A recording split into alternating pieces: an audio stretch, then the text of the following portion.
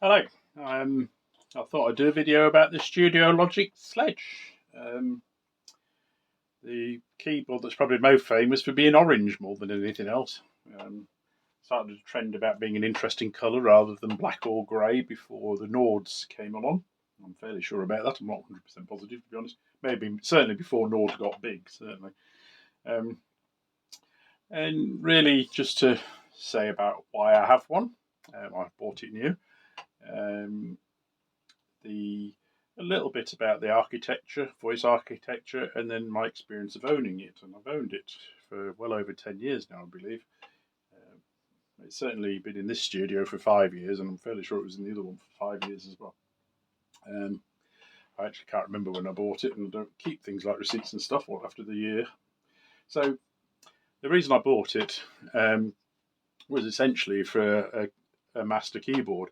I hate buying gear that doesn't make noise. I mean, obviously you do need to buy the odd mixer and things, but I like things that make noise. And so rather than buy a master keyboard, because I actually use this as a master keyboard for my Akai-based studio. It was an Akai MPC 2500 for nearly 20 years.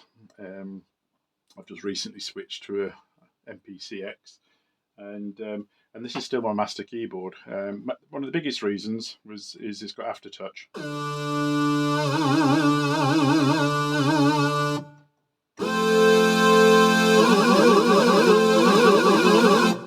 And some of you purists will be going, "Oh no, it's not per voice; it's just per sound," and that's quite correct. But it does it for my needs. I don't get too obsessive about pernickety little details of the music, as I've mentioned in other videos. And it's giving me the Aftertouch. This is the sound, by the way. This is the sound of the sledge itself that's coming over there, and it is a digital synth, but it can actually be remarkably warm. And if I thought about it, I've actually prepared a sound for this, but I didn't. But this is one of my favourite sounds. You can actually do the vibrato via the wheel, which I'm not sure is in the video, or you can press it down. I've used this in a lead on a few songs, and I've then varied it a bit just by adding phaser or chorus and things. But that's a brilliant lead sound. I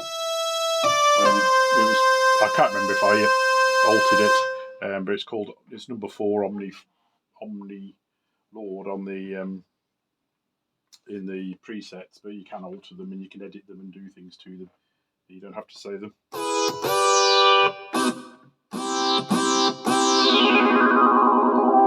I've used that in the song, but don't tell me what. Because what I do, like I do on any gear that can, any presets or memories I've used, I put an exclamation mark, and so I know which ones I've used. And I'm just sort of filling in time. Oh, this is quite nice. I haven't used it, but.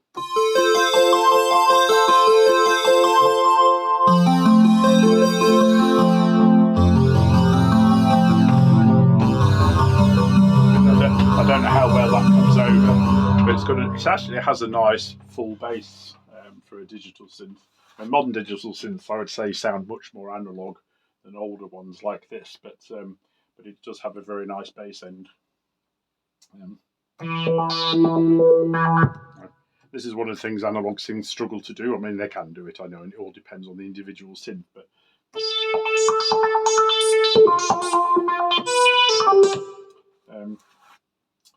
Which leads me on to the voice architecture. So the basic voice architecture, you've got 3 oscillators, basically all the same thing.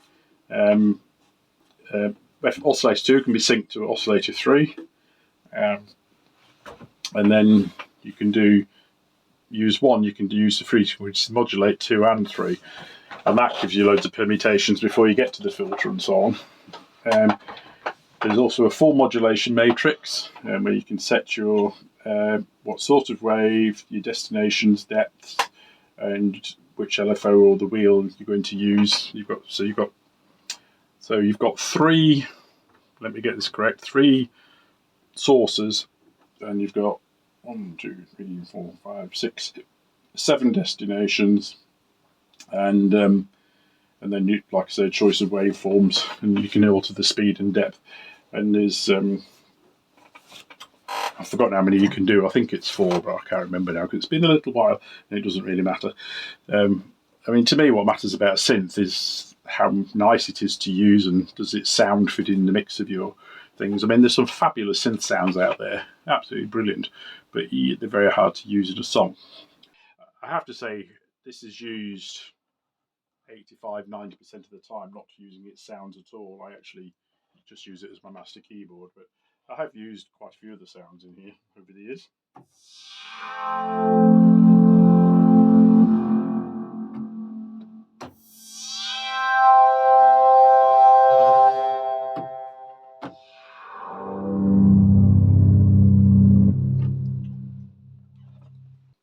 So the 3 oscillators have a mixer, and then you can just switch them on and off so it won't make a noise.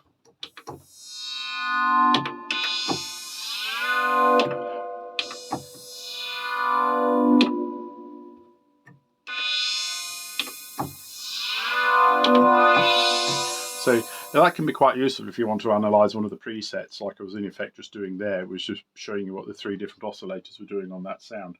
And the reason those things were doing those various things is partly because of the modulation matrix. So I still haven't found the really nice bass sound I like, but there's a clap sound.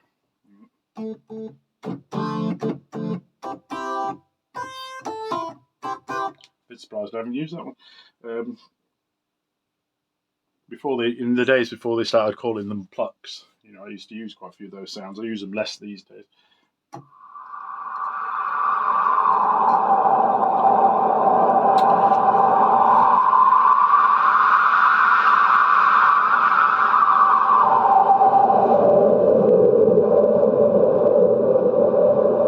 That's what the wind sounds like on Jupiter, apparently. That's what preset's called. So I stopped calling them presets because you can edit them, and obviously the lights do change to tell you which things are being used. And this sound is using effect 2. It's using the reverb of effect 2. So you've actually got 2 effects in here. One is the flanger, phaser, and chorus, and I tend to use the phaser the most. And the reverb I don't normally use. That's one of the first things I normally turn off. Obviously, you just do it by the level. So now that's not doing anything.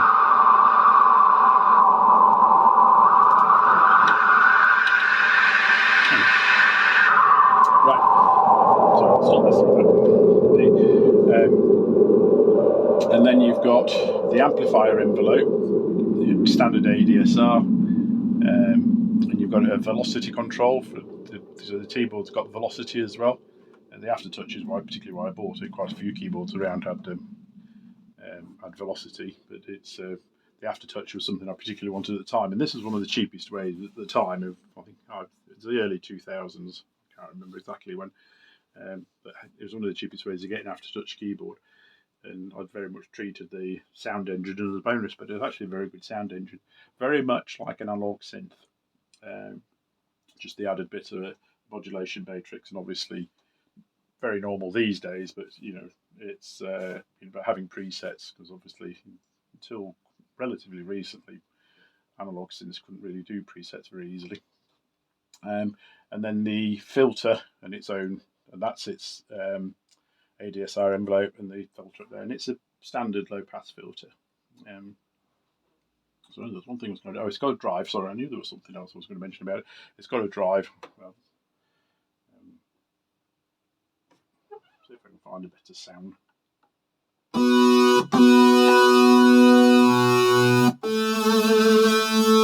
So no drive.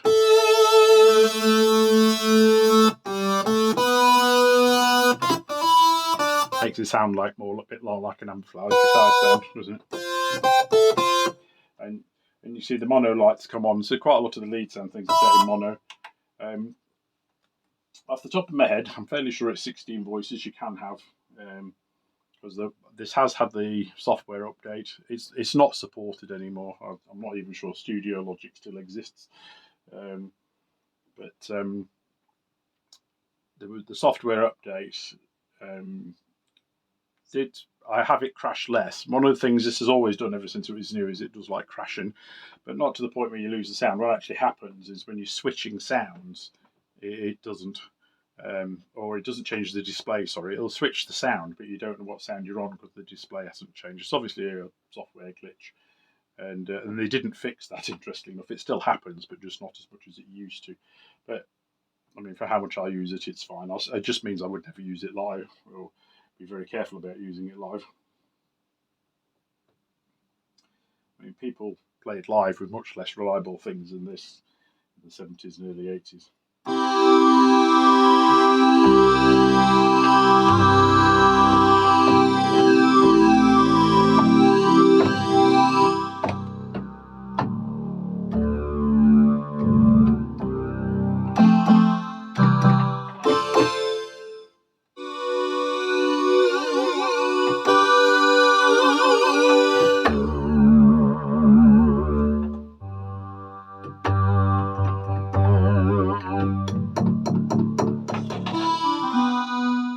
That was an Oberheim pad. I have to say, compared to an actual Oberheim synth, it doesn't sound quite as good, but in the mix of a song, it doesn't matter, it's fine. It's the vibe of the sound, it sounds good. And it's actually one I've used in a song, that one.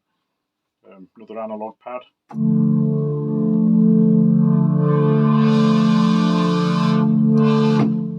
So you're using the Aftertouch here to control the filter.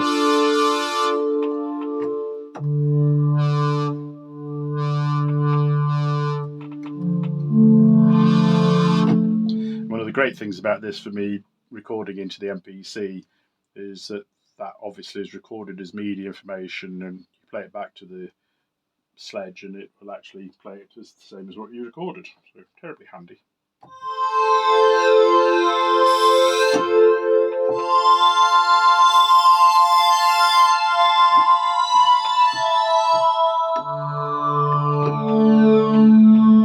You see, that's not very fun analog strings, but then some analog synths don't do thin string sounds as well, and you tend to put chorus on them. So. But it is a very nice one, and again, I've used that one. So, and I still haven't found my bass sound, but I'm good. Keep looking.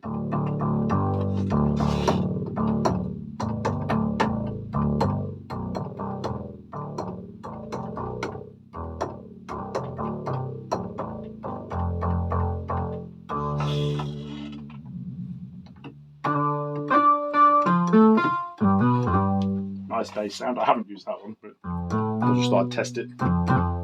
See, it's mono again. You see, I'm trying to press it forward and it won't. There is a glide control. You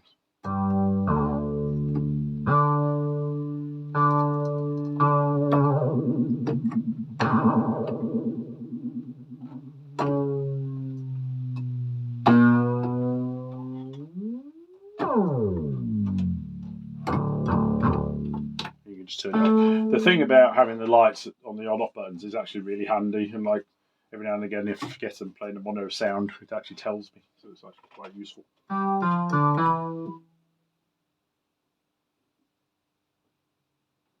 Yep, organ sound alike.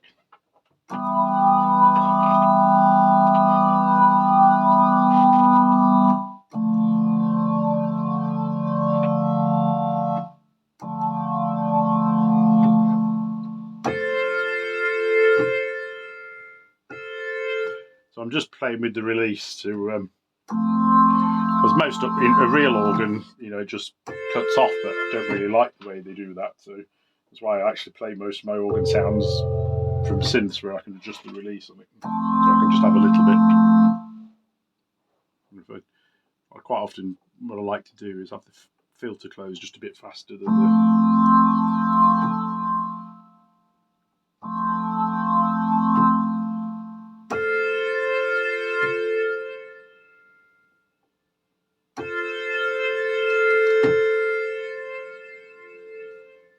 it's not coming over that strongly on this, but it is actually closing the filter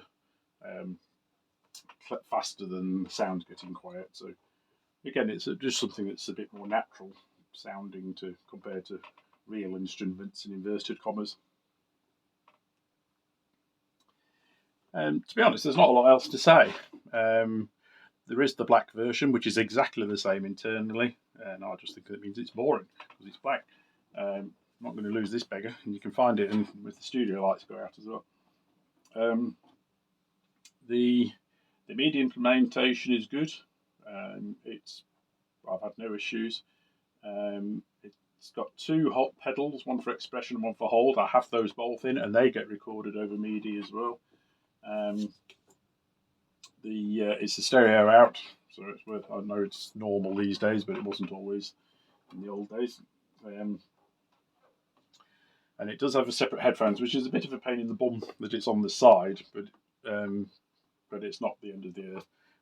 I actually find it's better than some of them. I've got one keyboard where it's about here. It's about 2/3 of the way, or 1/3 of the way in from the right of the on the front panel, and that's actually a bloody silly price because the spare cable just hangs down in front of where your legs are, or your feet. So it's actually better that it's off at the side like that. It obviously means that all the inputs outputs are on the side because the power comes in on this left hand end as well. You've got a mod wheel and a pitch wheel.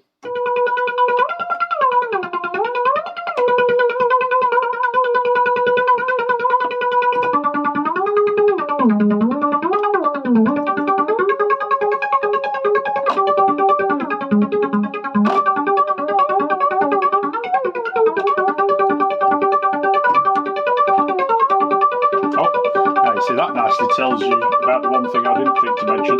Is one of the things it does have is latch. I'm just going to take off that sound to get it off. It does have a latch, and you can actually do that with the foot pedal as well. So that's actually one of the mostly what you use the foot pedal for, is latching the sound. Because again, if it's playing a sound on the MPC, it will latch that sound as well. So because it goes through to the MPC.